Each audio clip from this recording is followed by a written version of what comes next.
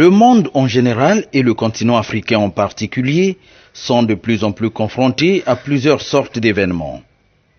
Aux conflits armés et crises politiques de diverses natures se greffent malheureusement des catastrophes naturelles dues à la mauvaise gestion de l'environnement et des situations économiques moroses provoquées par le management de la chose publique.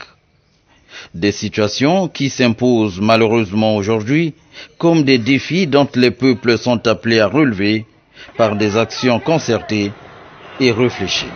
En République du Congo, un homme, le président Denis Sassou Nguesso, s'est levé depuis des décennies pour mener des grands combats sur les plans politiques, économiques et environnementaux au service de l'humanité. Combat dont la vulgarisation est aujourd'hui assurée par l'écrivain-chercheur congolais Michel Innocent Peya.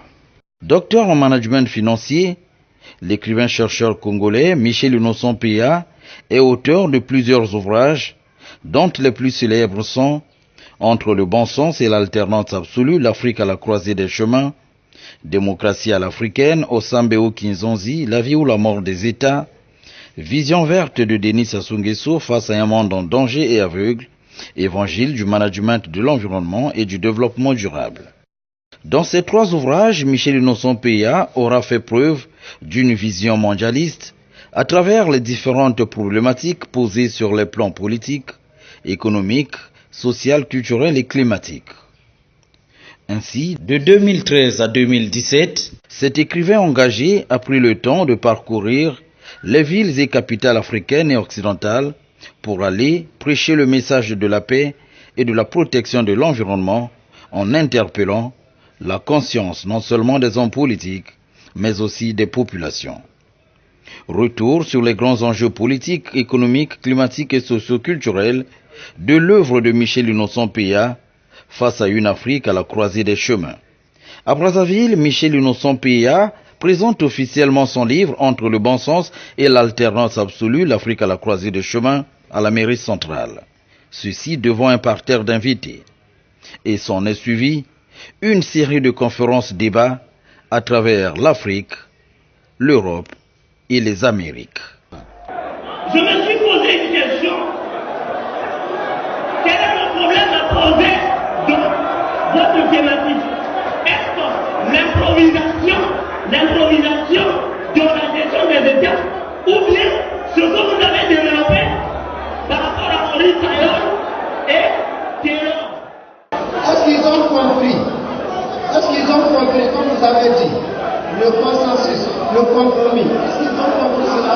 J'ai dit dans mon ouvrage que l'Afrique était à la croisée de chemin. Le Congo était à la croisée de chemin. Le monde entier était à la croisée de chemin. Vous êtes sûr de l'avoir vu. Les crises qui se passent en Afrique ont leurs répercussions en Europe, en Occident. Des grands chaos, des grands faits qui déstabilisent aujourd'hui les grandes nations ont leurs sources, ont leur origine en Afrique. Quand tu t'es improvisé, si tu n'es pas préparé à diriger une association, si tu n'es pas préparé à diriger un parti politique, si tu n'es pas préparé à diriger un gouvernement, si tu n'es pas préparé à diriger un État, tu t'es improvisé. À la fin de cette conférence débat, la deuxième du genre, après celle qui avait porté sur l'ouvrage Entre le bon sens et l'alternance absolue, l'Afrique à la croisée des chemins, Michel Innocent Peya a été abordé même dans la cour de la faculté de droit par des étudiants assoiffés de poursuivre le débat et d'en savoir un peu plus sur le management des nations, l'incertitude dans la gouvernance des États. Les intellectuels, les sachants, bref, tous les fils d'Afrique et les hommes épris de paix et de justice ont compris que ce livre est une source d'inspiration dans le combat pour la paix. Le Cameroun est au hit parade de ces sollicitations. En effet, le docteur Michel Innocent Peya vient de prendre part activement à la 3e session sous-régionale de l'École nationale de l'administration et de la magistrature ENAM de Yaoundé. Nous avons saisi l'occasion de rappeler aux panélistes la notion du mythe latérmitière et son application dans la vie des nations à travers le délogement brutal de la reine mère et qui entraîne ipso facto le chaos dans un État. Et parallèlement, nous avons rappelé aux panélistes que la recherche du dialogue, de la négociation, la recherche du consensus, du compromis doit tenir compte des réalités sociologiques et historiques des États. J'ai eu l'occasion de rencontrer le Mourunaba au Burkina Faso comme des autres rois de notre continent. Avec eux, nous avons parlé d'une diplomatie traditionnelle de la résolution des conflits. Et c'est ce qui a été, en dernier ressort, mis en exergue. L'armée nationale et la garde présidentielle, les deux entités ont fait recours au Mourunaba pour trouver un accord provisoire de paix. Michel Innocent Péa est reçu dans une autre université africaine. Le 19 juin 2015, à l'université catholique de Bertoua au Cameroun, l'auteur est face aux étudiants pour un débat sur l'ouvrage. Et cela en présence du gouverneur de Bertoua, représentant le président camerounais Paul Biya. Michel Innocent Péa est ensuite élevé au rang de citoyen d'honneur de la ville de Bertoua. Je suis très reconnaissant envers le docteur Péa qui a bien voulu venir parler à nos étudiants, leur présenter son ouvrage. Nous sommes à l'université et nos étudiants, surtout ceux qui sont en sciences politiques, en droit, en sciences politiques, ça leur permettra de réfléchir. Et nous pensons que le docteur Péa est venu leur donner le goût de la recherche sur la paix, sur la sécurité dans notre continent. Dans la capitale rwandaise, Michel Innocent Péa est invité à rencontrer les étudiants de l'Université libre de Kigali. Les débats sur l'ouvrage et les réalités africaines demeurent très enrichissants. Toujours à Kigali, l'auteur de Entre le bon sens et l'alternance absolue échange également avec les responsables des institutions constitutionnelles autour des problématiques de la démocratie à l'africaine, du principe de l'alternance absolue et ses conséquences en Afrique. Le résultat, c'est où le dialogue, le compromis, la tolérance. Mettant à profit son séjour à Kigali, Michel Innocent Péa est allé visiter le mémorial des victimes du génocide de 1994. Et dans ce site historique, il a eu droit à une visite guidée de la structure et en sort avec des enseignements. 4 jours après le séjour rwandais, Michel Innocent Péa restait dans les pays des Grands Lacs. Le 28 octobre 2014, il est à Bujumbura, capitale du Burundi, pour échanger sur son ouvrage Entre le bon sens et l'alternance absolue, l'Afrique à la croisée des chemins. Les réalités têtues de l'histoire se répétant, le continent africain demeure aujourd'hui à la croisée des chemins, avec la crise économique et financière accentuée par la chute des cours des matières premières. Ainsi, dans l'optique de conscientiser les populations face aux enjeux politiques des années 2014, 2015 et 2016, Michel Innocent Péa s'était référé au symbole du mythe de la termitière, la spiritualité du pouvoir et de la démocratie à l'africaine. La reine de la termitière, tour elle, règne une vie comme une nation. Et quand cette reine est délogée de manière brutale de cette termitière, et quand elle quitte, c'est avec ses régiments, ses bataillons de fourmis, et la termitière devient une coquille vide, à l'image d'un État. Quand un chef d'État est brutalement chassé du pouvoir, il quitte et c'est le chaos qui règne. Ce livre, je l'ai beaucoup aimé aussi, parce que Michel Péa a parlé d'un président dans les icônes de dirigeants. Il a parlé de Denis Sassou Nguesso, qui, on est parti lui demander de venir être président. Il a dit, quand il était jeune, il a dit non, je ne veux pas, parce que je ne suis pas encore initié. Je ne suis pas prêt, je ne peux pas être chef. Donc, il faut que je sois initié avant de pouvoir être chef. En Afrique, l'étape de Ouagadougou était suivie par celle de Kigali au Rwanda du 23 au 24 octobre 2014 et de Bujumbura au Burundi.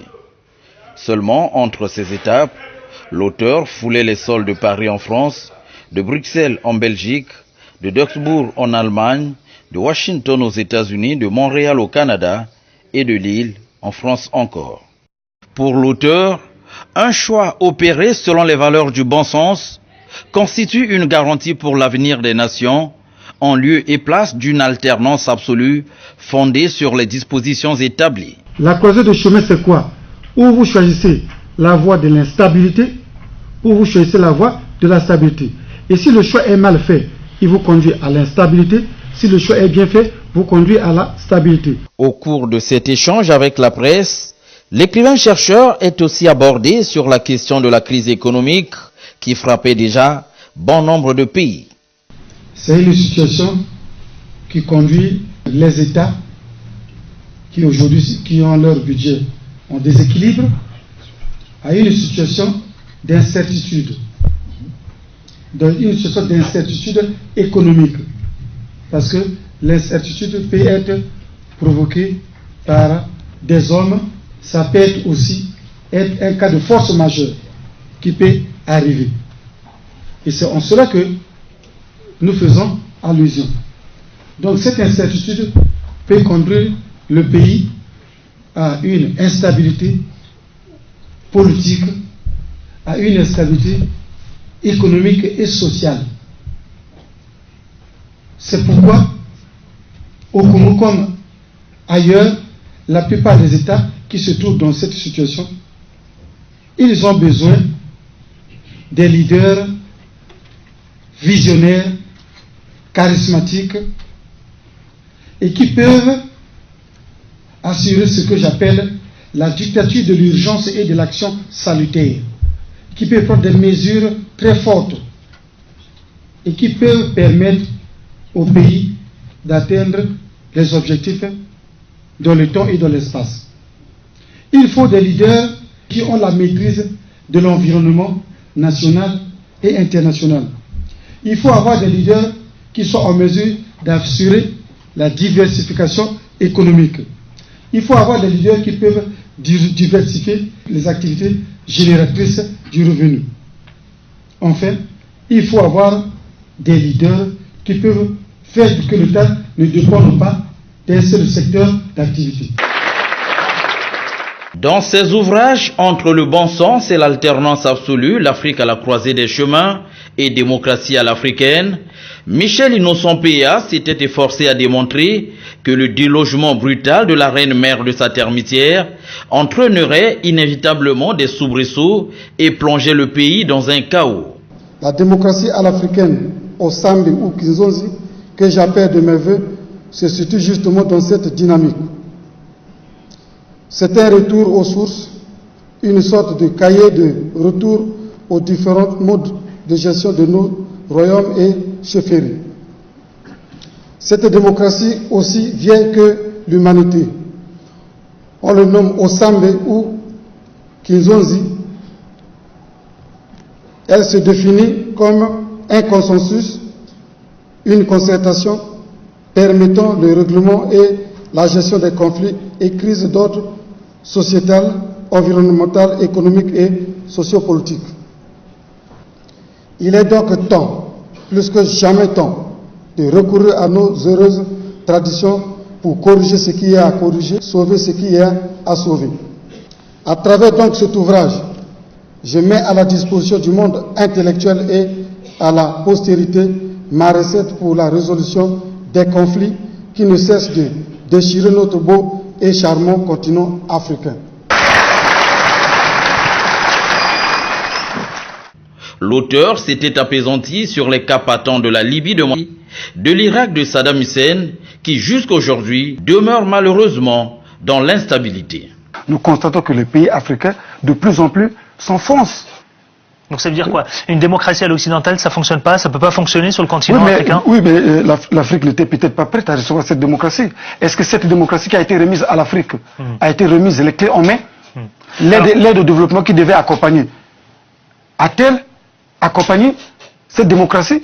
Et s'il était arrivé à vous demander de faire le choix entre la Libye du président Kadhafi et celle d'aujourd'hui, et quel est le choix que vous préférez faire? Ah bah moi je sais pas, en tout cas il faut demander à la population libyenne. C'est à elle de faire le choix, vous ne croyez pas? Je pense. Mais vous, en tant qu'intellectuel, en tant qu'observateur, quel est le choix que vous ferez? Et nous recevons sur ce plateau Michel Innocent Peya, écrivain congolais. Bienvenue et merci d'avoir accepté notre invitation, Monsieur Peya. Merci, Madame Djaranday. Monsieur Peya, vous êtes l'auteur d'un livre traitant sur l'alternance en Afrique. Pouvez-vous nous présenter brièvement l'état des lieux que vous tirez de l'alternance sur le continent africain? Après le sommet de la Baule qui avait conditionné les États africains à l'accession de la démocratie, de nos jours, le constat a été fait que de plus en plus les pays africains vont vers la régression totale. Donc l'instabilité ne fait que occuper les pays africains.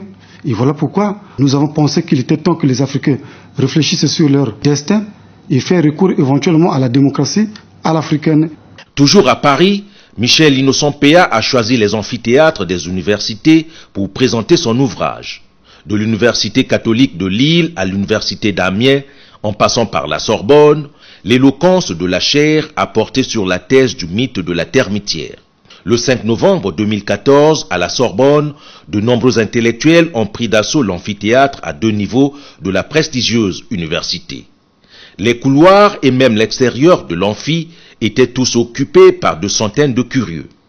Dans son exposé, Michel Innocent Peya a souligné la problématique des changements constitutionnels en Afrique.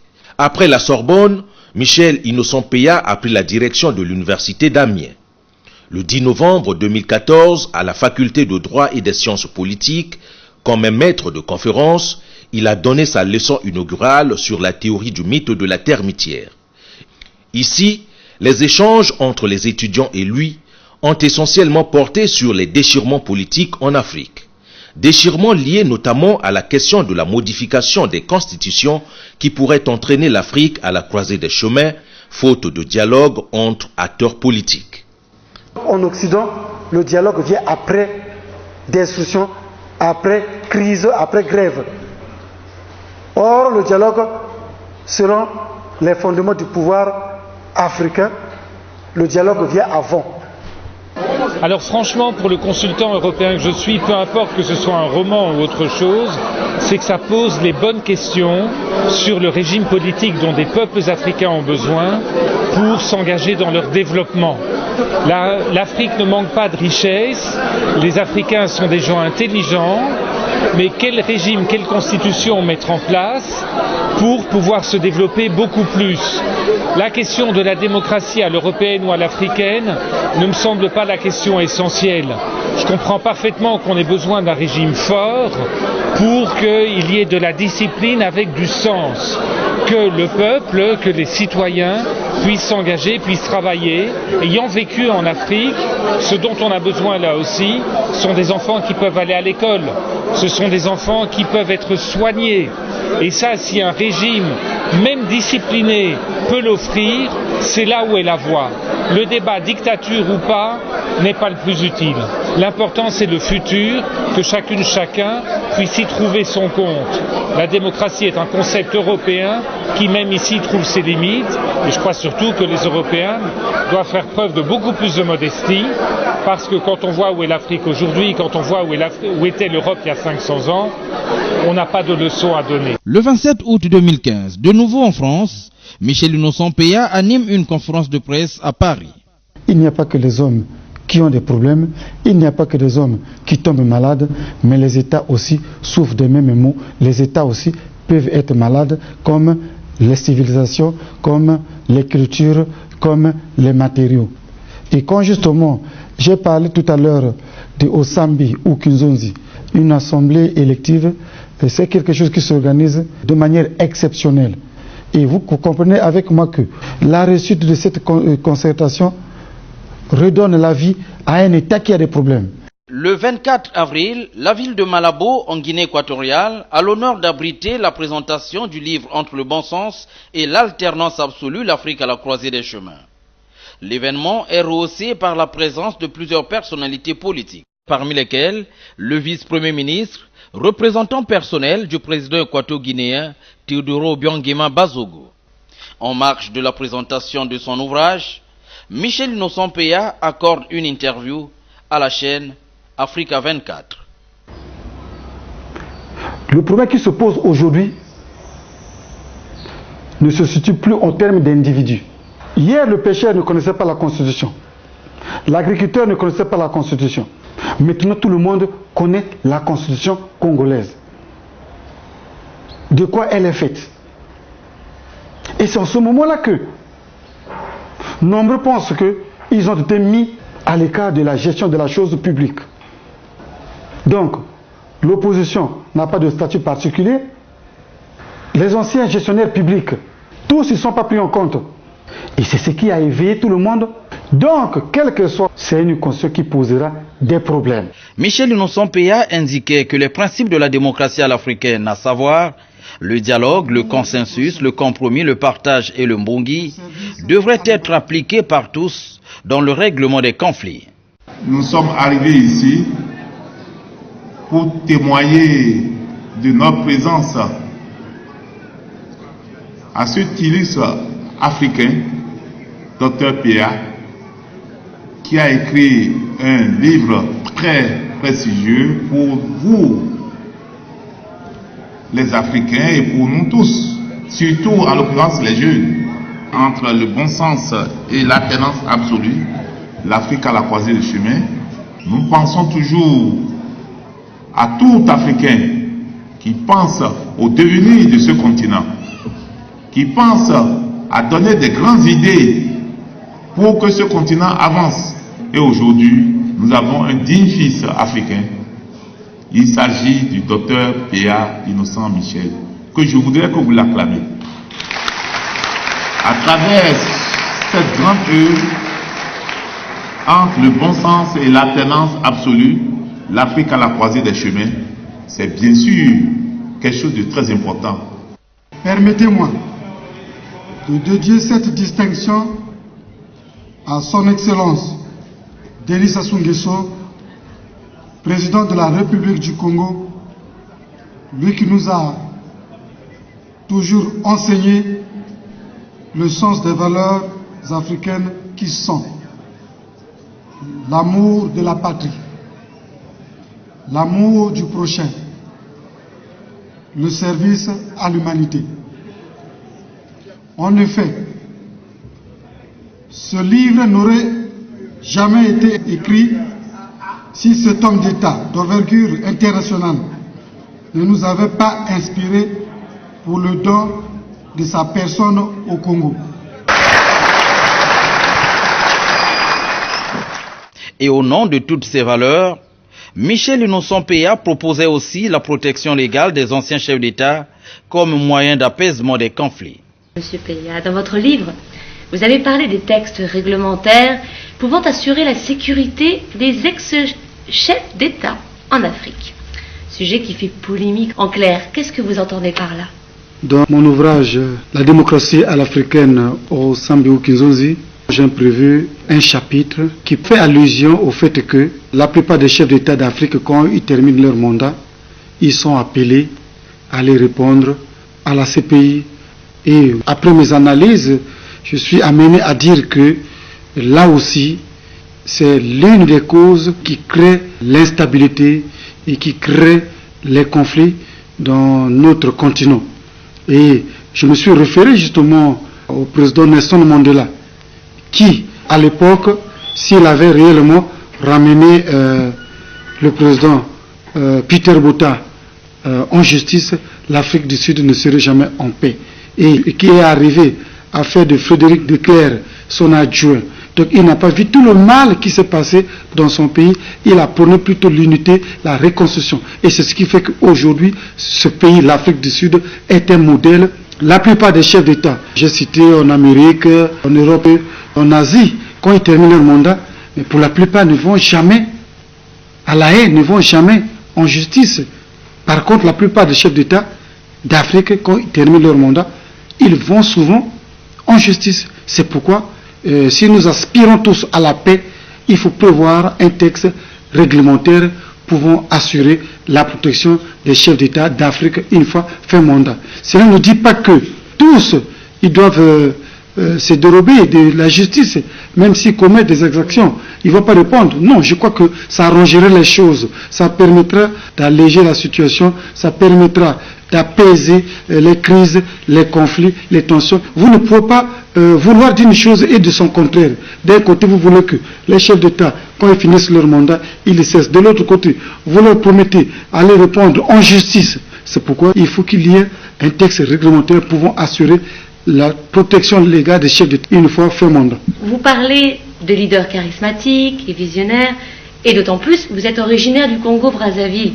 Et justement, pensez-vous que le président congolais, n'est-ce pas, Denis Sassou Nguesso, il mérite d'être cité dans ce que vous dites?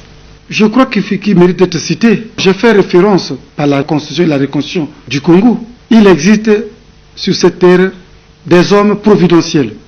Et ces hommes, ils font partie de la race des hommes rares sur cette terre, où le pays s'identifie à travers ses leaders. Quand on parle de la Chine, du coup, on voit Mao.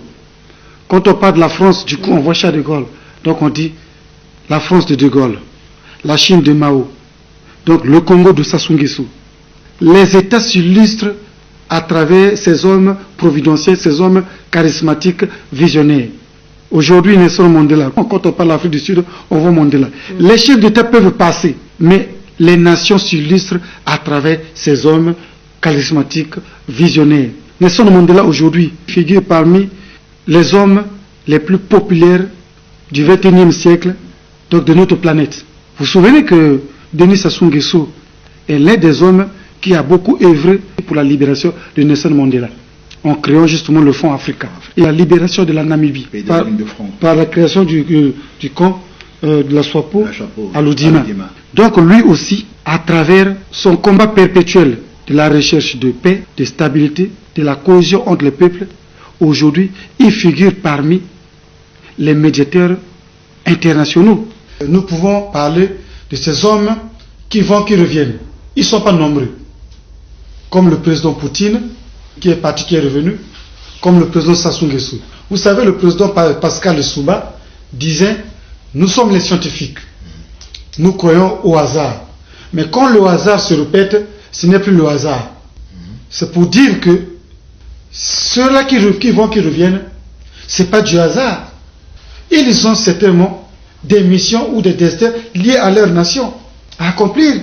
Mais à côté de ces hommes, il y a les grandes dames. Et elles jouent un rôle exceptionnel, sinon capital, aux côtés de son mari, notamment dans le développement, sinon dans la recherche du bien-être. C'est ainsi que les efforts intellectuels et physiques consentis par Michel Innocent Peya à travers le monde lui ont valu en 2015 la reconnaissance du souverain pontife, le pape François, et de la direction générale de la télévision nationale congolaise.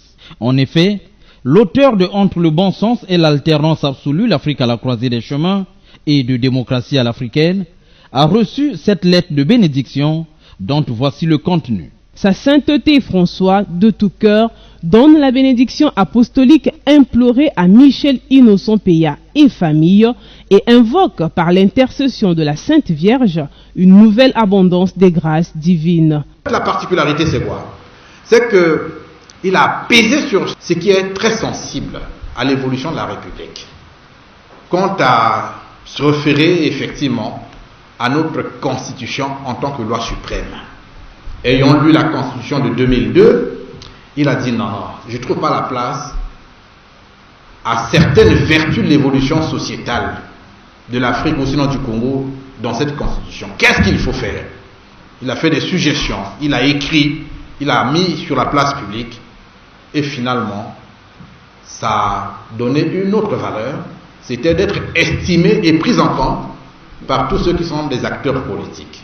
Et lorsque le président Denis Sassou Nguesso promulgue la loi adoptée pendant le référendum, effectivement, et on retrouve là-dedans ce qui avait été suggéré dans ses ouvrages. Intervenant à son tour, Michel Innocent Peya n'a pas manqué de rendre hommage au souverain pontife pour cette marque de reconnaissance. Aussi a-t-il dédié ce stylo d'or au président Denis Sassou Nguesso. Au pape François, je dis merci pour son courrier qui vient de nous parvenir sur ses bénédictions implorées et ses encouragements pour le combat que nous menons sur la paix à travers les nations.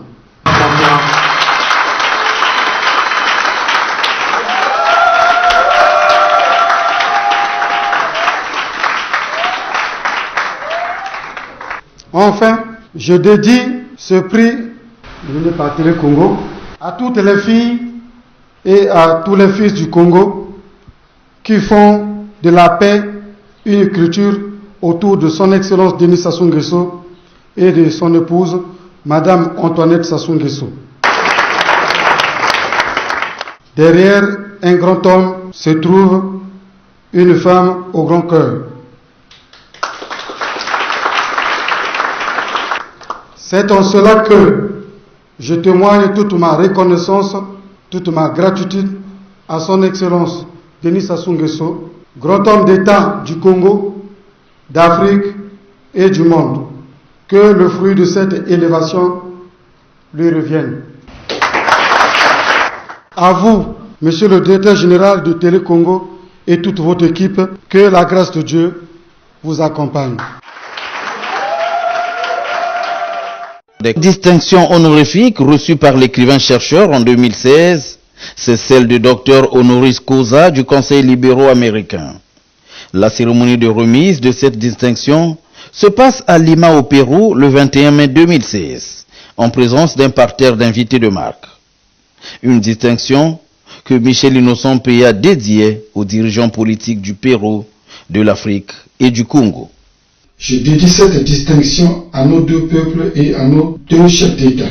Comme un enfant ne peut jamais commencer les études et les terminer sans le soutien de ses parents, je ne peux pas terminer ce mot sans remercier le président de la République du Congo, son Excellence Denis Sassou Nguesso, qui par son sens élevé des responsabilités, son attachement à la promotion de l'intérêt général a permis à tout Congolais, du nord comme du sud, de l'est comme de l'ouest, il a donné à chacun l'opportunité d'apprendre, d'exploiter ses potentialités et de se situer au centre des préoccupations de l'humanité. C'est grâce à lui que j'ai l'honneur de recevoir cette distinction et c'est encore grâce à lui que je vais ramener cette distinction dans mon pays, la République du Congo, où les filles et les fils vivent en paix dans leur diversité. Il sied de signaler que Michel Innocent Peya est la deuxième personnalité africaine à recevoir cette distinction du Conseil libéraux américain. Rappelons qu'avant d'arriver à Lima au Pérou, l'écrivain-chercheur participa en Indonésie aux festivités du 60e anniversaire de la conférence de Bandung. Une conférence qui a eu le mérite historique d'avoir décidé en 1956 de l'indépendance politique et juridique des États africains. Autre fait ayant marqué l'année 2016 pour l'écrivain-chercheur, c'est sa double élévation en qualité d'ambassadeur mondial de l'éducation et de la paix et de la Chambre internationale des conférenciers. L'événement se passe au Mexique le 9 juillet 2016. Absent de la cérémonie, son prix a été remis au docteur Natalio Andrade, professeur de linguistique. Celle-ci s'est dit honorée et très heureuse de recevoir toutes ces distinctions au nom du docteur Michel Innocent Peya.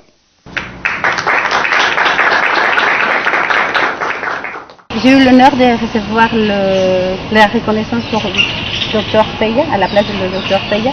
Malheureusement, il n'a pas pu être ici parce qu'il a beaucoup de travaux à faire. Et je suis vraiment heureuse et honorée de l'avoir reçu à sa place, car c'est un prix, c'est une reconnaissance très importante pour lui. Parce qu'il toujours, lui, son travaux toujours été sur la recherche en la démocratie. Et ces recherches, il a mené à visiter plusieurs pays. Et ces recherches sont connues en plusieurs pays, en France, maintenant ici, en Afrique aussi. Et c'est très important, et surtout pour le contexte actuel du Mexique. La grand-messe qui a réuni les filles et les fils du Congo à Sibiti a abouti à des résultats satisfaisants. Un fait pas le moindre, le livre du docteur Michel Innocent Peya, Entre le bon sens et l'alternance absolue, l'Afrique à la croisée des chemins, s'est invité dans les esprits de certains participants qui le considèrent, au regard de sa cohérence et sa justesse, comme une révélation. Mais le commentaire est clair parce que ce livre-là, c'est un guide. Il était écrit avant la convocation du dialogue. À force de vivre ce qu'il fait à l'étranger, On a compris que nous sommes sur la traçabilité de ce livre. Donc nous pensons bien que c'est un modèle qui a voulu que tous les Africains, quelle que soit leur façon de faire, doivent s'asseoir pour régler leurs différends. Aujourd'hui, le président de la République a pris l'initiative d'amener les gens à Sibiti, hors de Brazzaville. Il y a toujours des antagonismes inutiles. Et aujourd'hui, Innocent Peya, qui a compris ça à temps, nous a fait c'est une révélation que nous vivons aujourd'hui, à travers le livre. Je rends ici un hommage vibrant au docteur Michel Innocent Peya. En tant que prévisionniste, en tant que pacificateur, ce que le livre du docteur Michel Innocent Peya évoque, ce sont les conclusions issues du dialogue de Sibiti 2015. Donc, je suis satisfait, je suis content, parce que ce livre est un sésame dans le cadre du règlement des conflits, dans le cadre de la paix et de la démocratie. Le 1er juillet 2015, les travaux du 6e Forum de l'Action internationale des collectivités locales se tiennent dans la capitale française. Michel Innocent Peya a dédicacé son ouvrage au président François Hollande et à bien d'autres personnalités françaises. Toujours en France, Michel Innocent Peya participe au 77e congrès du Parti socialiste français à Poitiers. Entre le bon sens et l'alternance absolue du docteur Michel Innocent Peya a fait large écho en France, au point où son auteur a été invité par le Parti socialiste français à son université d'été à La Rochelle du 29 au 31 août 2014. In fine, les 3 jours de Michel Innocent Peya à La Rochelle ont été une noble occasion pour lui de nouer de meilleurs contacts avec le Premier ministre Manuel Valls, le secrétaire général du Parti socialiste Jean-Christophe Combadélis, le président de l'Assemblée nationale, la ministre de la Justice, Taubira, et bien d'autres personnalités du Parti socialiste. Après la France, le cap est mis sur la Belgique. Bruxelles, la capitale de l'Europe, a offert son hospitalité à Michel Innocent Peya et sa suite. C'est alors que le 28 juin 2014, le Steigenberger Grand Hôtel a ouvert ses portes aux conférenciers. Le débat sur les grandes thématiques du livre touchant les volets sociologiques, philosophiques, historiques et politiques a été engagé. Au sortir de toutes les conférences, la vision mondialiste de l'auteur du livre Entre le bon sens et l'alternance absolue, l'Afrique à la croisée des chemins, a été saluée par un auditoire qui a soutenu thèse pour Michel Innocent Peya. La paix et la sécurité sont indispensables pour pouvoir agir humainement dans un État. Cette conférence a été importante. Brillante. Il a raison de dire que la démocratie à l'africaine, c'est ce qu'il faut pour ce continent, parce que chaque démocratie a ses propres sensibilités. Il a dit que chacun doit être un agent économico-politico intelligent. Eh bien, on se retrouve dans l'un des cas, on est tous des agents économico-politico intelligents. J'ai hâte effectivement de lire cet ouvrage. Ce qui m'a frappé justement, c'est la vision mondialiste de l'auteur et la manière dont il met en parallèle aussi les problèmes que nous avons connus en Europe. Et nous n'avons évidemment pas toujours pu apporter la bonne parole. Le 5 juin 2015, comme en 2014, Michel Innocent Peya est de nouveau à La Rochelle en France, où il est invité à prendre part à l'université d'été du Parti socialiste français. Je vais articuler sur le sommet COP21 qui va avoir lieu en décembre en France. À ce sujet, le premier secrétaire Jean-Christophe Combadélis a fait état de la préoccupation du président Barack Obama qui dit qu'il revient à notre génération d'agir maintenant et faire de sorte que l'ensemble des générations à venir puissent vivre aisément sur l'ensemble de la planète. Les grandes questions que les jeunes m'ont posées, c'est les mêmes questions qui m'ont été posées à la Sorbonne par les jeunes, qui m'ont été posées à l'université d'Amiens par les jeunes. Les jeunes m'ont posé la question sur la place de la jeunesse au Congo, notamment au changement ou non de la Constitution. C'est-à-dire que si on change la Constitution au Congo, quelle est la place de la jeunesse? Si on ne change pas la Constitution, quelle est aussi la place de la jeunesse? Donc vous constaterez que de plus en plus, les questions de la jeunesse préoccupent les jeunes tant du Congo que au niveau de la diaspora. En Afrique du Sud, Michel Innocent Peya a eu à dédicacer son ouvrage au président Jacob Zuma ainsi qu'à bien d'autres personnalités du pays. John Dramani Mahama, président ghanéen de l'époque, avait également reçu la dédicace du livre de Michel Innocent Peya ainsi que deux anciens chefs d'État du Ghana, John Kufuor et Jerry Rawlings. En août 2015, après de nombreux voyages dans les villes africaines et occidentales, Michel Innocent Peya décide de repartir à l'université Mariengwabi pour faire un don de livres à la grande bibliothèque universitaire. Le geste est d'une portée significative. Il s'agit pour le donateur de mettre à la disposition du monde universitaire un instrument susceptible de leur permettre et de leur faciliter la compréhension des idées développées et défendues par l'auteur. Chers étudiants et étudiantes, soyez le centre de vous-même et non la périphérie des autres. Toujours dans la volonté de conscientiser la jeunesse, cette couche sociale souvent manipulée pour créer l'instabilité dans les États africains, l'œuvre de Michel Innocent Peya aura inspiré certains artistes comédiens qui ont su s'adresser aux jeunes à travers ses interprétations. Advienne que pourra. Moi, je vais accéder au pouvoir, même par force. Ah bon? Quel genre de mécanisme que tu vas utiliser? Je vais utiliser la jeunesse. J'ai mon argent. La nôtre? Oui, la nôtre. Notre jeunesse. Concrètement, comment cela va se réaliser? Mais tu sais que quand on a de l'argent, on peut tout faire. Je vais les corrompre. D'autres, je vais les droguer. Ils vont descendre dans la rue, casser, piller, violer, détruire tous les édifices que les autres ont réalisés. Si c'est là que toi tu crois que c'est la démocratie, moi je ne pense pas. Yann Dimos, en exposant les enfants des autres et en protégeant les tiens, savez-vous que vous allez occasionner un grand désordre et vous porterez seul la responsabilité devant l'histoire et devant la nation? Où est mon problème? Ta famille est ici au pays. Ma famille ou bien mes enfants sont à l'étranger. Donc toi, tu vas prendre les enfants d'autrui, les mettre dans la rue. Ok. Yandoumous, moi ma démocratie voudrait que toi, que tu fasses venir tes enfants ici.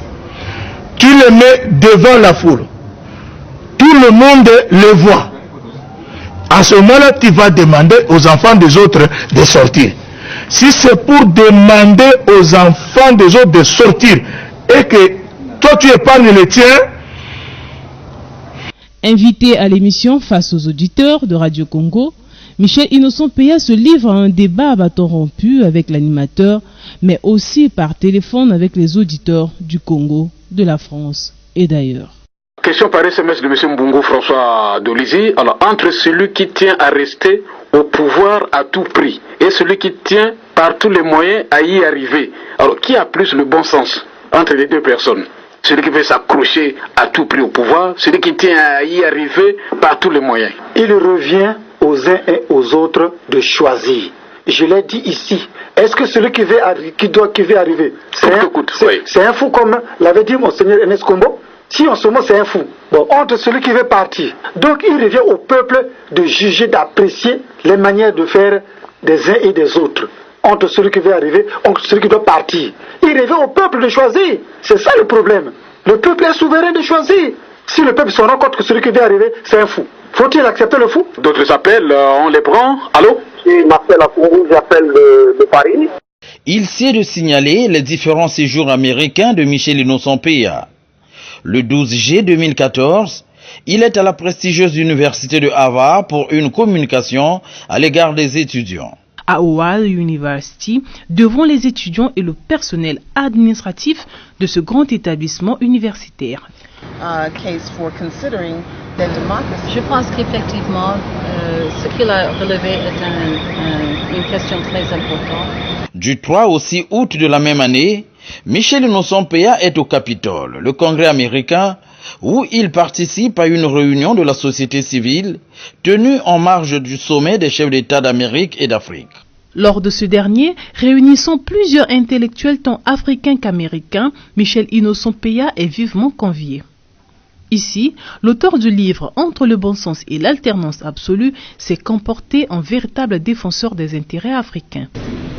Je suis le docteur Peya Michel de la République du Congo-Brazzaville. J'ai suivi avec attention certaines recommandations qui ont été formulées ici. Le 9 juillet 2015, Michel Innocent Peya est reçu au National Press Club, ce haut cadre stratégique d'information et de communication mondiale. Ici, Michel Innocent Peya exhortait déjà les États-Unis à poursuivre leur soutien vis-à-vis des pays en développement. L'Afrique est en deuil. L'Afrique saigne.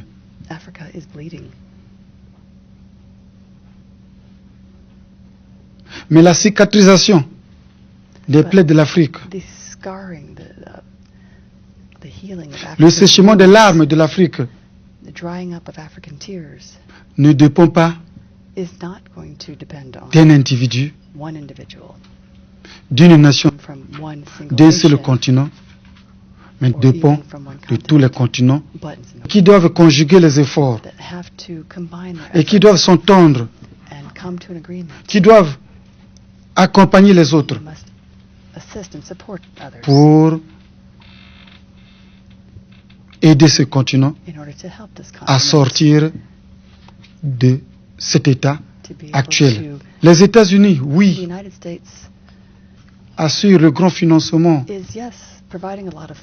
du budget des Nations Unies, 22% de son budget de fonctionnement, et qui finance les missions politiques et spéciales. Les États-Unis, oui, ils assurent 28,4% du budget des Nations Unies pour le maintien de la paix. Accompagnent les États africains dans le cadre du maintien de la paix. En 2013, le budget des États-Unis sur le maintien de la paix a été de 2,6 milliards de dollars américains. À noter qu'au moment où Michel Innocent Peya se trouvait en pleine conférence, le président du National Press Club est apparu pour solliciter la dédicace de l'ouvrage. L'administration du président Obama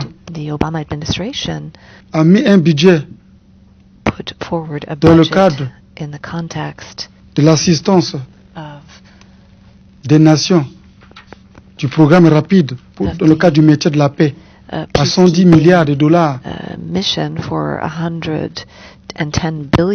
Voilà autant d'efforts que les États-Unis font pour aider les nations. Mais nous voulons que cette aide, nous voulons que cette assistance des États-Unis continue jusqu'à aider le continent africain à diagnostiquer l'origine des crises. Quelles sont les origines des crises en Afrique? C'est dû à quoi? Vous constaterez avec moi que la plupart des nations où les leaders sont partis de manière brutale aujourd'hui sont dans les crises totales. Même des actions du terrorisme partent de là aussi. C'est pourquoi que les États-Unis ne s'arrêtent pas, qu'ils continuent dans cet élan d'assistance des autres nations. Le séjour américain de l'auteur de Entre le bon sens et l'alternance absolue, l'Afrique à la croisée des chemins, s'est avéré très riche en rencontres au regard du nombre et des gabarits des personnalités avec lesquelles il s'est entretenu. L'ambassadeur Herman Cohen, figure emblématique de la guerre du Golfe, le docteur Jonette Cole, directrice du Centre national des musées africains. Elle fait aussi partie des 10 personnes les plus influentes de Washington et les personnes les plus influentes des États-Unis. La rencontre avec cette grande dame dotée de 61 décorations et luttant contre les inégalités entre les peuples est ponctuée par l'échange des dédicaces de leurs ouvrages respectifs. Avec l'ancien président américain Jimmy Carter, les entretiens sont aussi marqués par les dédicaces respectives de leurs ouvrages. La vie aisée à l'âge de 90 ans, cette nouvelle publication de Jimmy Carter a été dédicacée à Michel Innocent Peya. En retour, l'écrivain congolais a dédicacé également son ouvrage à l'ancien président américain. Il existe dans notre pays le cercle des amis pour le bon sens, un cercle des amis pour le bon sens qui est présent dans tout le pays aujourd'hui. Et aujourd'hui, ce sont les amis de cercle pour le bon sens de tous les districts de la Bouenza qui sont venus ici défiler pour faire passer un message de paix, un message de la réflexion au profit de l'Afrique. Donc, tout le monde le sait également que le cercle des amis pour le bon sens découle du livre que tout le monde connaît, qu'on a lu, Entre le bon sens et l'alternance absolue. Le cercle de réflexion des amis pour le bon sens est né d'un grand combat qui a été mené à l'époque où tout le monde ne s'y attendait pas pour que notre pays rentre dans une nouvelle république grâce notamment à un support qui est le livre Entre le bon sens et l'alternance absolue. Nous en parlions tout à l'heure d'ailleurs. L'année 2016 est aussi marquée par le relais des idées préventives énoncées par l'écrivain-chercheur dans ses publications et ses multiples conférences débats. À propos de la République démocratique du Congo par exemple, et la crise qui s'en est suivie, certains médias rappellent à l'opinion nationale et internationale que l'écrivain-chercheur avait pourtant proposé des pistes de solutions. La démocratie de partage et de non-exclusion, basée sur, entre autres valeurs, la participation de toutes les couches à la gestion de la chose publique comme moyen d'apaiser les crises et les tensions. Le journal RDC News écrit, je cite, « Toutefois, pendant cette période de tension et de crise qui menaçait d'exploser la RDC, au nombre des pays et institutions, voire des personnalités aussi bien nationales qu'étrangères, qui ont été au chevet de la RDC pour prévenir le pays de tout embrasement, figure Michel Innocent Peya, écrivain africain, qui par ses publications a fourni tout au long de la crise à la classe politique de la RDC et de l'Afrique une gamme importante de conseils, de suggestions et de remarques pour préserver la paix et la stabilité. Ces publications ont été renforcées non seulement par ses multiples métaphores, mais aussi et surtout par son intense campagne d'éducation civique, des sketchs, spots et épisodes sur la protection des biens publics, privés et de la jeunesse contre toute manipulation. Il aura joué la carte de l'apaisement dans un style neutre, scientifique et engagé qui accompagnait jour après jour le processus de négociation. Fin de citation.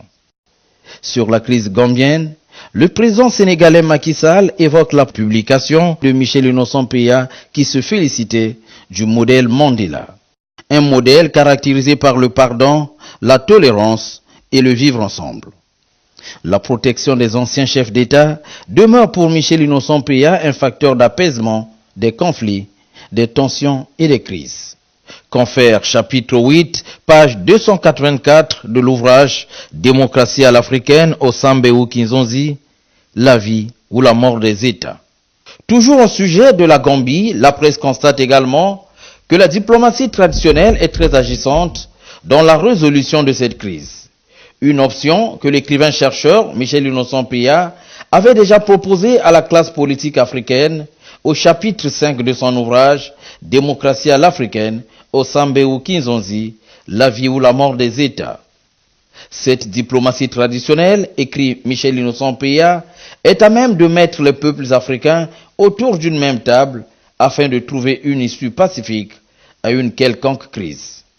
Au Gabon, la presse s'est référée à l'ouvrage Entre le bon sens et l'alternance absolue et le combat mené par l'écrivain-chercheur dans la recherche de la paix et la résolution des conflits en Afrique par le dialogue.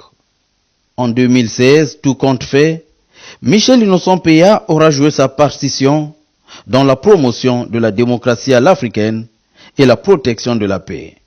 Une paix qui reste à consolider pour le bien-être des peuples.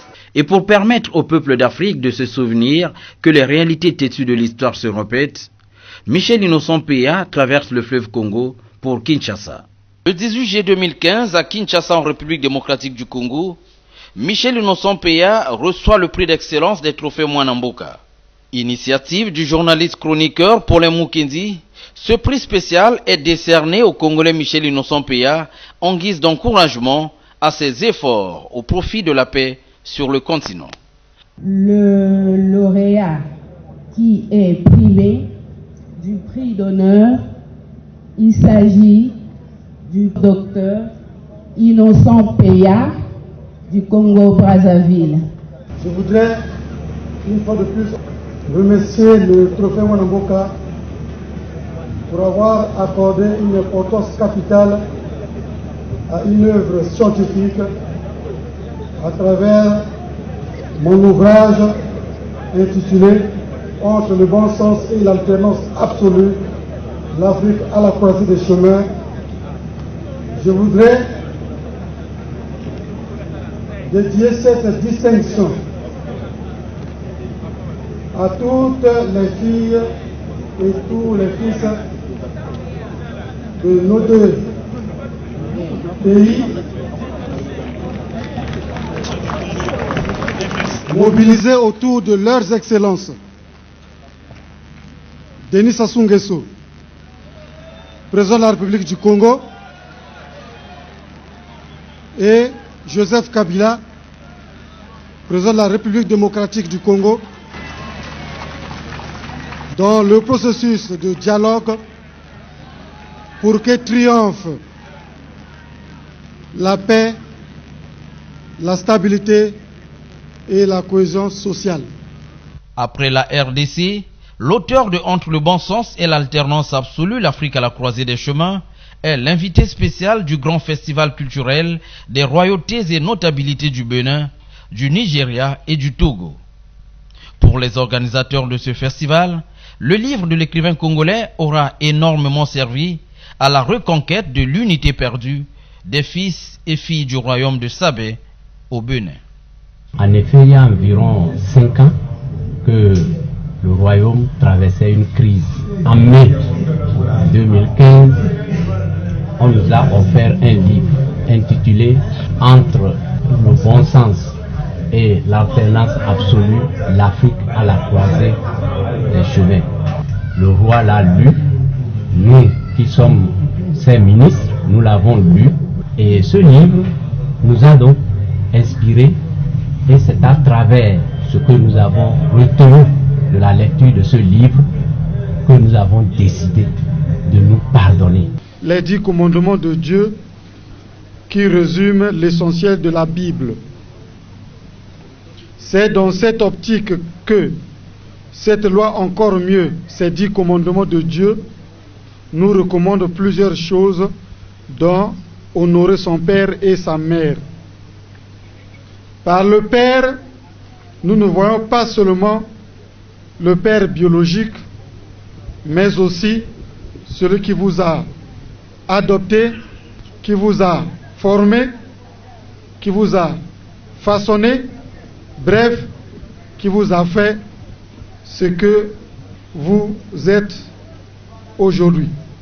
C'est ici que le président Denis Sassou Nguesso du Congo-Brazzaville, par sa qualité de père de la nation congolaise et qui ne cesse de nous apprendre les vertus de vivre ensemble, de s'accepter, de se supporter et de se pardonner pour l'intérêt général, mérite bien cette admiration. Le 21 février 2015, Michel Innocent Peya est à Ouagadougou au Burkina Faso. L'homme est à l'honneur. L'amphithéâtre de l'Université libre du Burkina porte désormais son nom. La cérémonie de débaptisation de cette structure demeure le moment le plus indiqué pour les responsables de cette université de témoigner leur reconnaissance vis-à-vis de l'écrivain congolais. Très touché par les marques de sympathie, de fraternité, d'amitié dont a fait preuve Michel Innocent Peya. À travers le rappel de ces temps forts des actions menées par Michel Innocent Peya, force reste de noter qu'après les défis politiques, les peuples d'Afrique en général et celui du Congo en particulier se doivent aujourd'hui de faire face aux enjeux économiques dans ce contexte de crise financière. Au nombre de ces enjeux se trouvent les questions écologiques et environnementales. En la matière, Michel Innocent Peya a cru bon de mettre à la disposition du monde un ouvrage intitulé « Vision verte de Denis Sassou Nguesso face à un monde en danger et aveugle ». Un ouvrage dont la rédaction fut inspirée par l'appel de Denis Sassou Nguesso pour une littérature engagée dans le secteur de l'environnement. Nous sommes en pleine période de combat. C'est aussi la littérature engagée. L'Afrique est à la croisée des chemins. Il faut que, on rencontre de plus en plus de littérature engagée. Et dans le combat que l'Afrique livre en ce moment, je voudrais ajouter l'Afrique enjeu de la planète dans le combat de développement durable qui se déroule maintenant.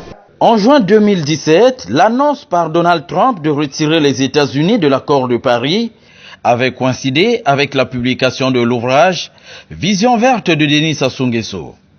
Pourtant, il y a 3 ans, Michel Innocent Peya demandait aux États-Unis de continuer à aider les autres États.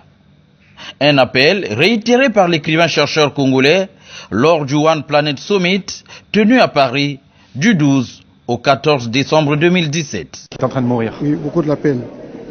Beaucoup de la peine. Il y a urgence. Il y a urgence. Il faut agir. Et il faut agir comment? On prend des engagements concrets. Lesquels? Les plus urgents d'après vous? D'abord la prise de conscience et honorer les accords conclus, et les dirigeants du monde, les grandes nations doivent assister les pays victimes de la pollution. Comme mesure concrète, qu'est-ce que vous pensez qu'il faut prendre? Tout part des engagements où les grandes nations doivent agir, doivent rassembler les moyens pour financer les pays en détresse. Si Donald Trump était en face de vous, qu'est-ce que vous lui poseriez comme question? C'est vrai que c'est une grande nation et qui a pris ses engagements que je ne suis pas en mesure de juger. Mais ce qui est vrai, nous avons beaucoup de soucis de voir les États-Unis en détresse au jour, victimes des événements qui endeuillent la nation. Alors, s'il était en face de vous, quelle question vous lui poseriez? L'affaire de l'environnement, la protection de l'environnement, c'est une préoccupation de tous.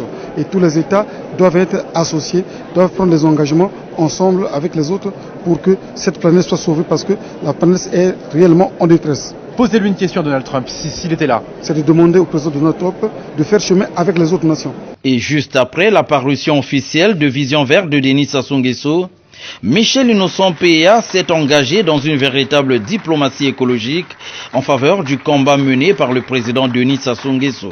À Paris, en France, en juillet 2017, il est face à la presse internationale et la diaspora africaine pour un échange sur son nouvel ouvrage. Et entre le bon sens et la ténance absolue, l'Afrique à la croisée de chemin, au Sambi ou Kinzonzi, la vie ou la mort des États, nous voici aujourd'hui avec la vision verte.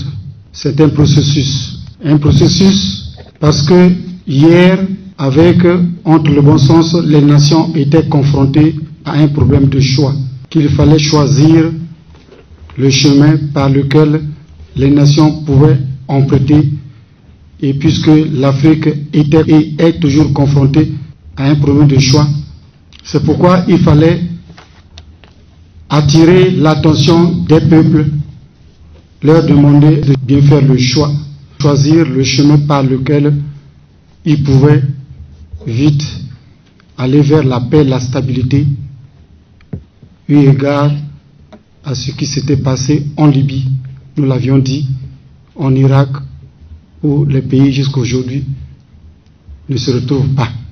Après, nous sommes passés à Osambi, où il fallait qu'il y ait dialogue entre les peuples, qu'il fallait qu'il y ait cohabitation entre les peuples, il fallait qu'il y ait la participation de tous les acteurs à la gestion de la chose publique pour faire fonctionner un État.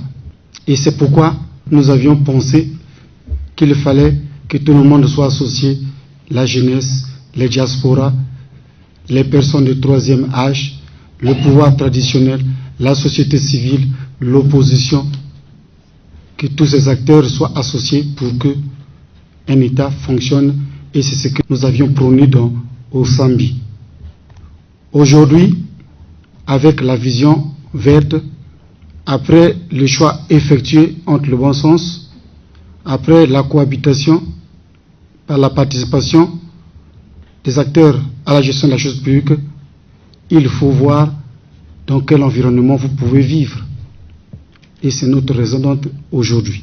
Après Paris, Michel Innocent Peya est invité à la 8e édition de Rive 2017.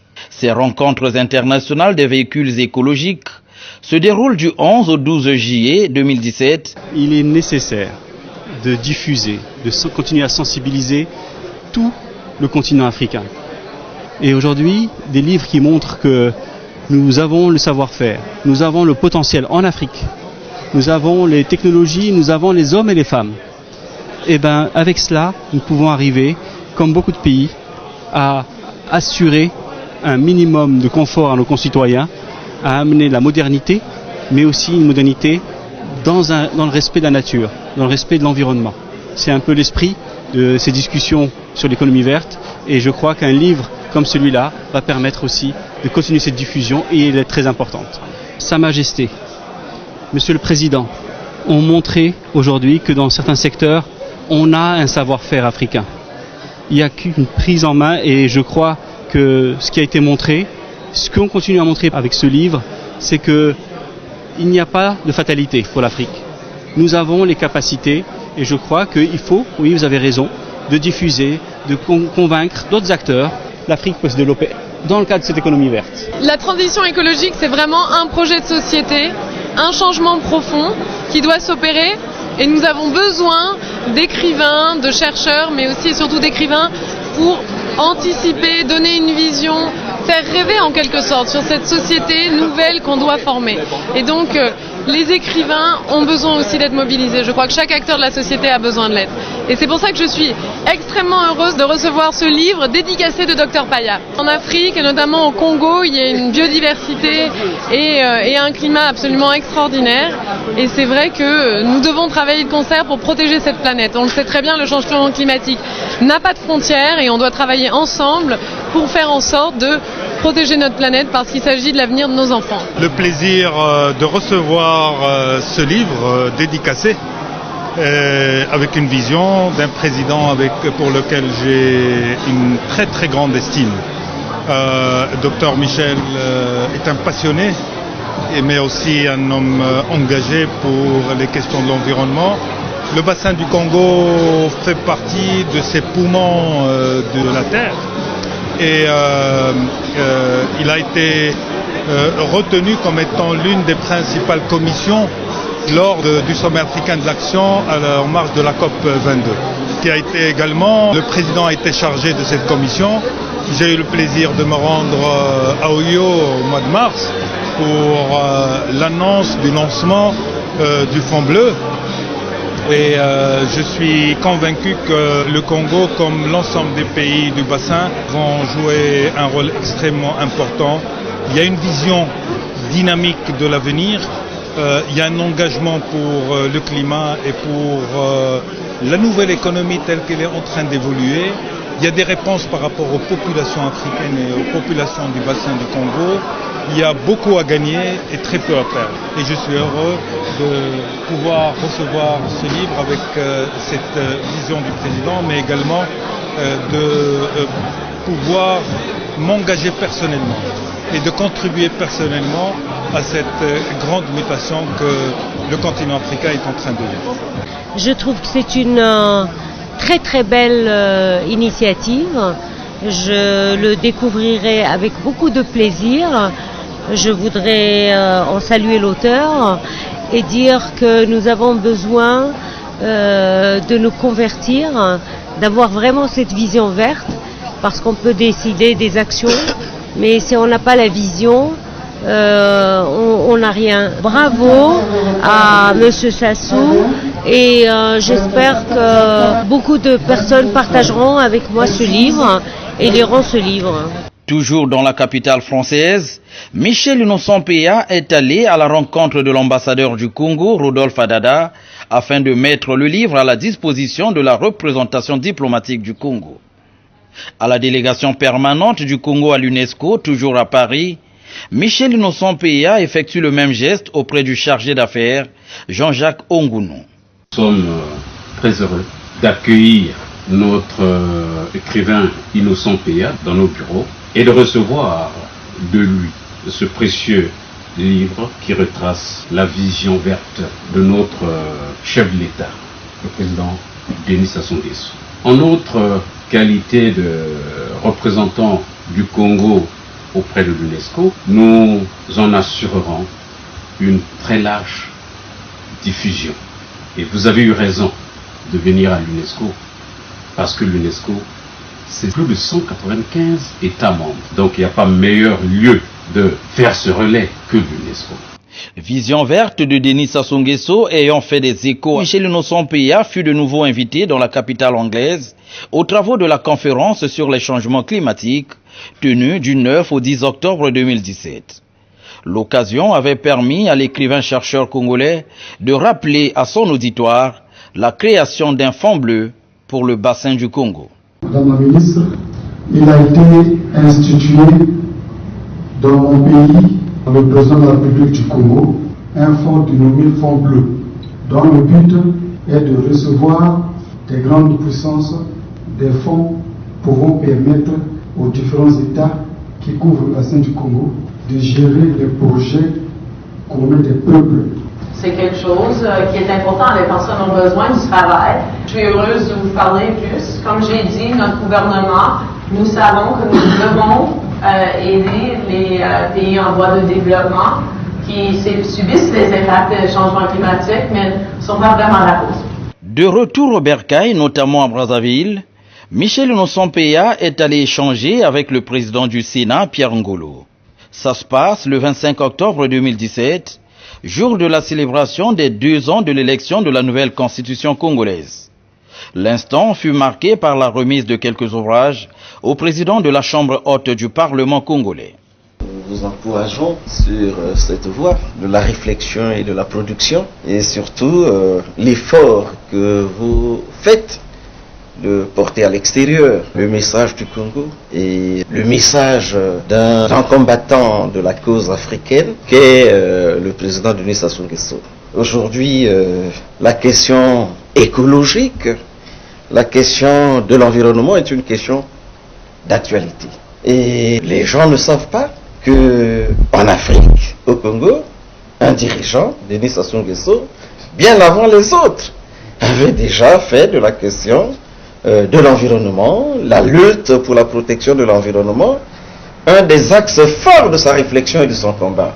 À l'époque, on a institué une journée de l'arbre. Les Congolais ne comprenaient pas quel était le sens de la journée de l'arbre, qui devait au départ se faire le 6 mars, et qui finalement a été, pour des raisons justement de météo, a été ramenée au 6 novembre. Or, c'était déjà là une vision.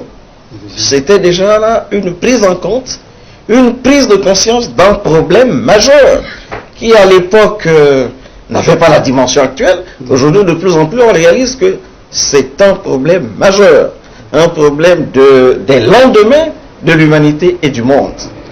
Et donc, je t'encourage sur cette voie et je dis, nous sommes à votre disposition pour certains conseils, certains messages, certaines informations. Nous souhaitons que vous ne vous lassiez pas, il n'y a pas de raison. C'est une œuvre importante qu'il vous convient de poursuivre en faisant le sacrifice que vous avez jusque-là fait pour couvrir le monde. On est toujours curieux de voir comment vous arrivez à conquérir le monde.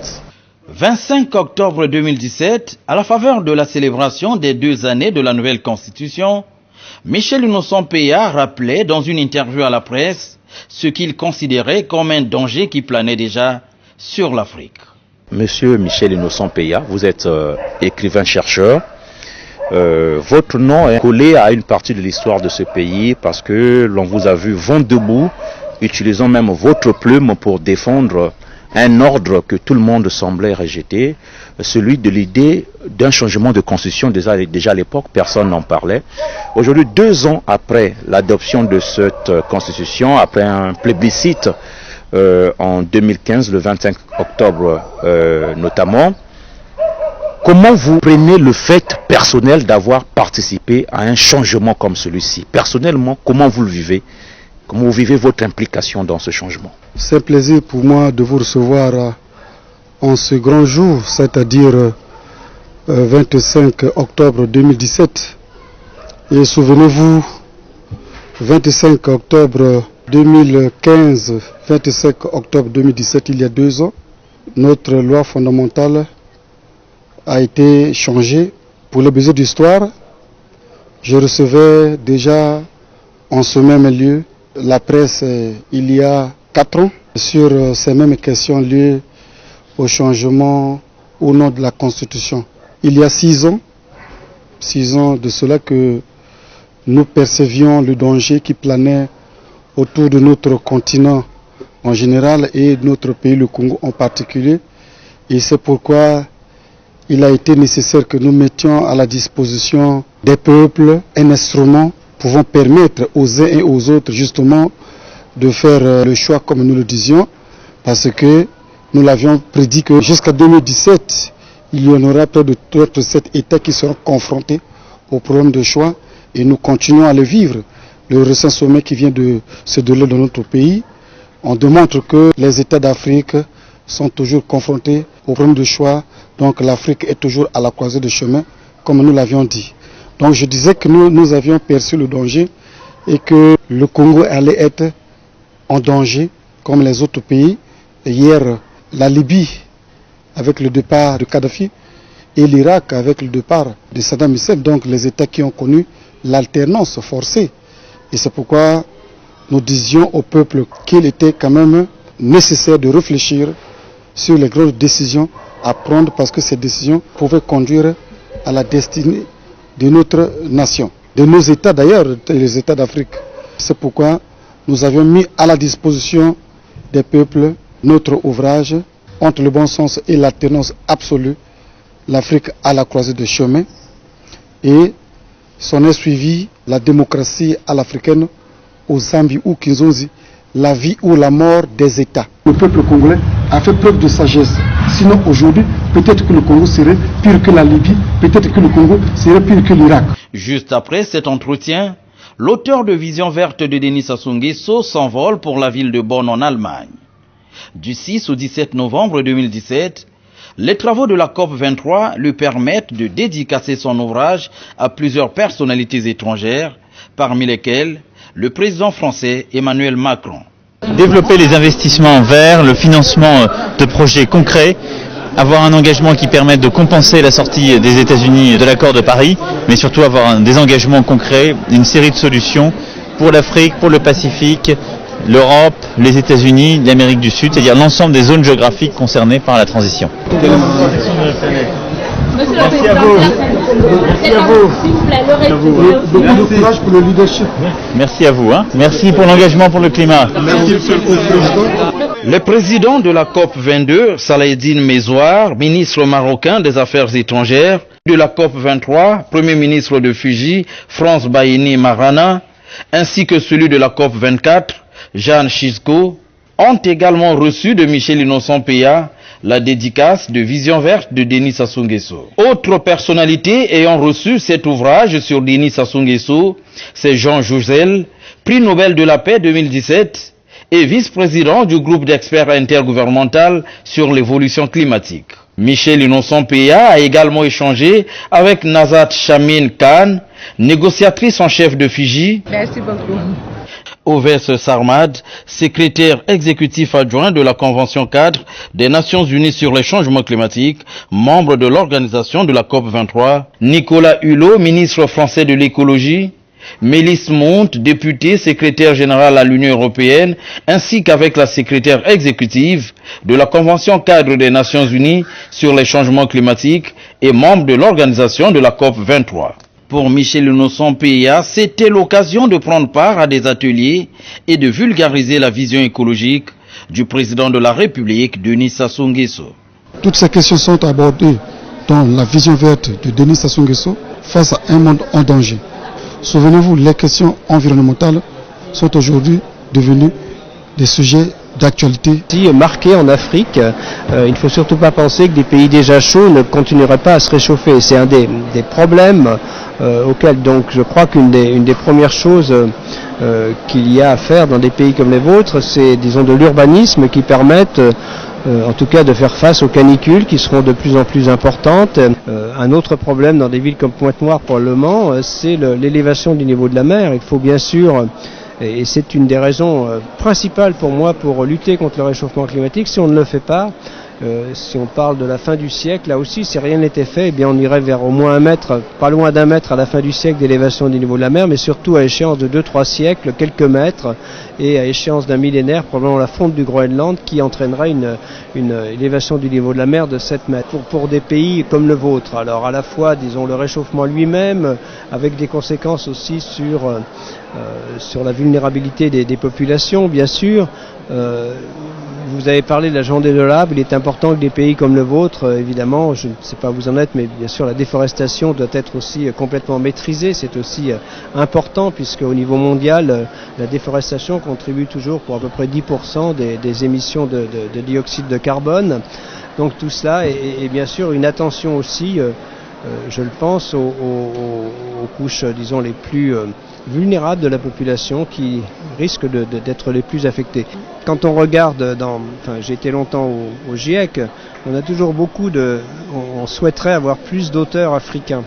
Dans les rapports du GIEC, on a toujours beaucoup de difficultés à motiver des chercheurs ou des spécialistes aussi de l'urbanisme africain et tout ça à s'impliquer dans les rapports du GIEC. Et c'est vraiment notre souhait parce que c'est important que les rapports du GIEC s'appuient sur des spécialistes de tous les continents.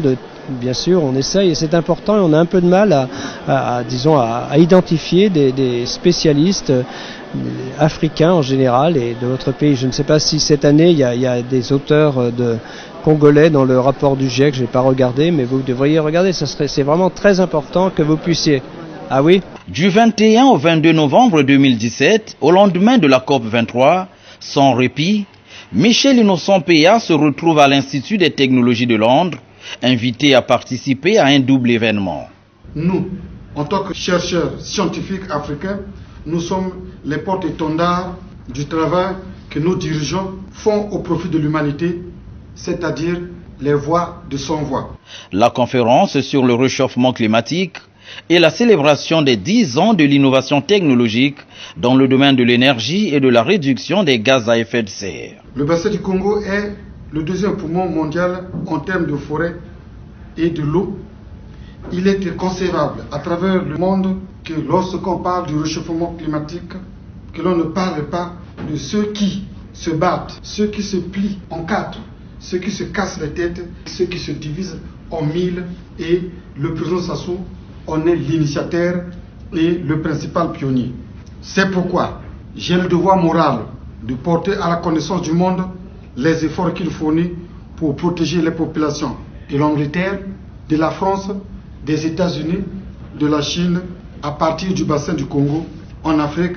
Répondre à l'urgence écologique pour sauver la planète, c'est ce à quoi les leaders internationaux, les acteurs de la finance publique et privée et les citoyens engagés se sont consacrés à Paris pour soutenir et accélérer leur lutte commune contre les changements climatiques. Parmi les citoyens engagés dans ce combat, il y a l'écrivain-chercheur Michel Innocent Peya, auteur de Vision verte de Denis Sassou Nguesso. J'ai été convié à prendre part au sommet sur le réchauffement climatique qui se tient en France. Bon, souvenez-vous, il y a 2 ans de cela, jour pour jour, que la COP 21 a eu lieu en France. Aujourd'hui, la France est de nouveau au centre de la diplomatie climatique, où les dirigeants du monde, les responsables des entreprises, de la société civile se retrouvent pour prendre des engagements concrets. Il ne s'agit pas d'un jour anniversaire comme autre, mais il s'agit d'un jour pour lequel les décisions concrètes doivent être prises.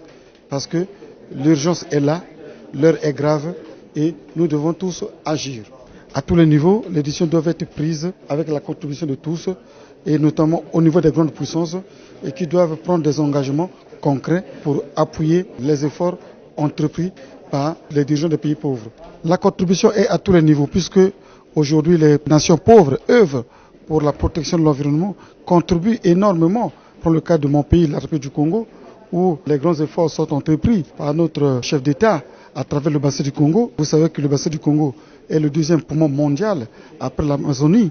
Donc le bassin du Congo est la deuxième grande réserve du monde. Et les pays environnant le bassin du Congo œuvrent pour la protection de cette denrée très rare. La grande difficulté, c'est qu'on ne peut pas, du jour au lendemain, transformer fondamentalement nos modes de vie. Prenez la Belgique par exemple, beaucoup de nos concitoyens, par exemple, se chauffent au mazout. Imaginez qu'en quelques secondes, on peut inverser cette réalité, ça n'est pas réaliste bien entendu. Et donc la détermination, la volonté, le rôle des citoyens aussi, des associations, des ONG, forger une grande alliance, parce que, une fois encore, ce n'est pas la première fois dans l'histoire de l'humanité, nous sommes confrontés à un grand défi, celui du changement climatique. Et la solution, c'est se rassembler. D'abord, se rassembler le plus largement possible autour du diagnostic. Ça, c'est fait aujourd'hui. On est tous sur la même longueur d'onde sur le diagnostic. Deuxième point, sur la stratégie. Ça, c'est fait. Ce sont les accords de Paris qui ont indiqué quels sont les engagements qu'on devrait atteindre. Et maintenant, troisième élément, quels sont les actes que l'on pose, quels sont les moyens que l'on libère, quelles sont les capacités d'innovation que l'on peut tenter de développer pour rencontrer cette exigence.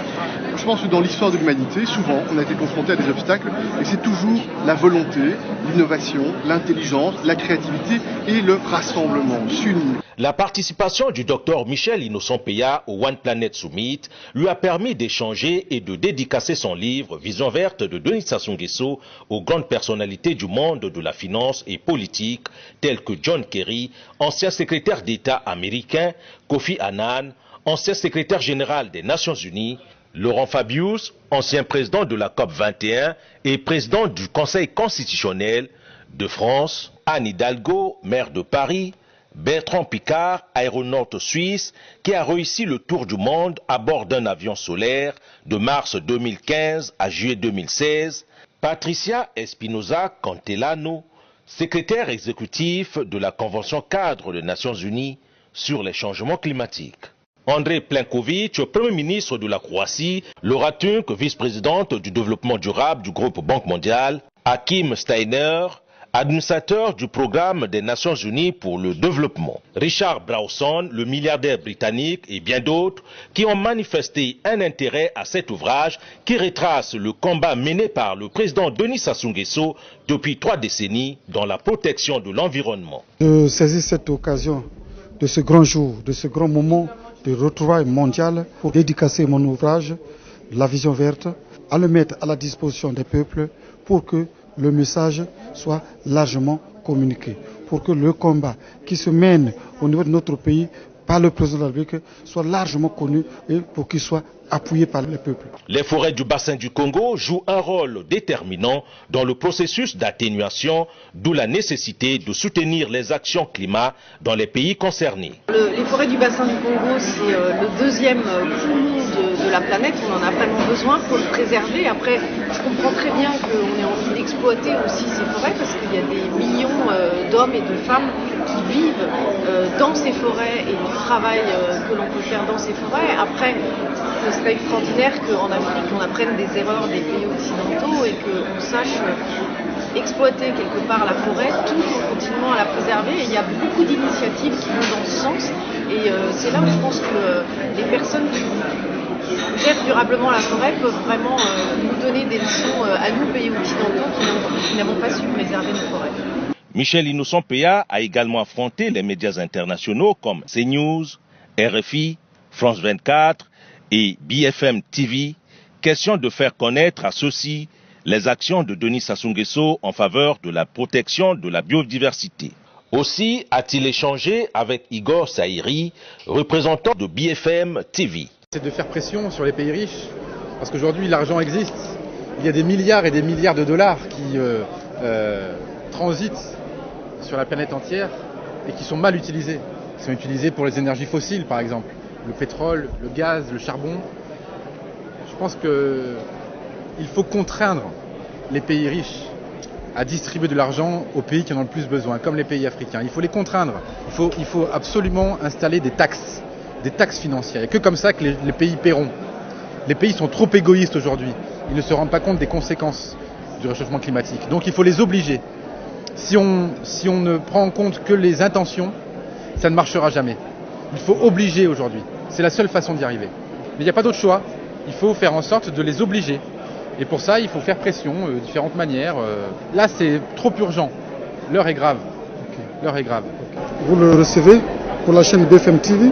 J'espère que vous sauriez communiquer largement ce message à travers les nations parce que les peuples en ont réellement besoin. Oui, absolument, absolument. Non, mais je le remettrai à mon patron. Merci beaucoup. Merci à vous. Merci. Le One Planet Summit étant le dernier événement de grande envergure sur le plan écologique tenu en cette fin 2017, il y a lieu de signaler que l'auteur de l'ouvrage Vision verte de Denis Sassou Nguesso n'aura raté aucune occasion pour parler du combat écologique et environnemental du président Denis Sassou Nguesso.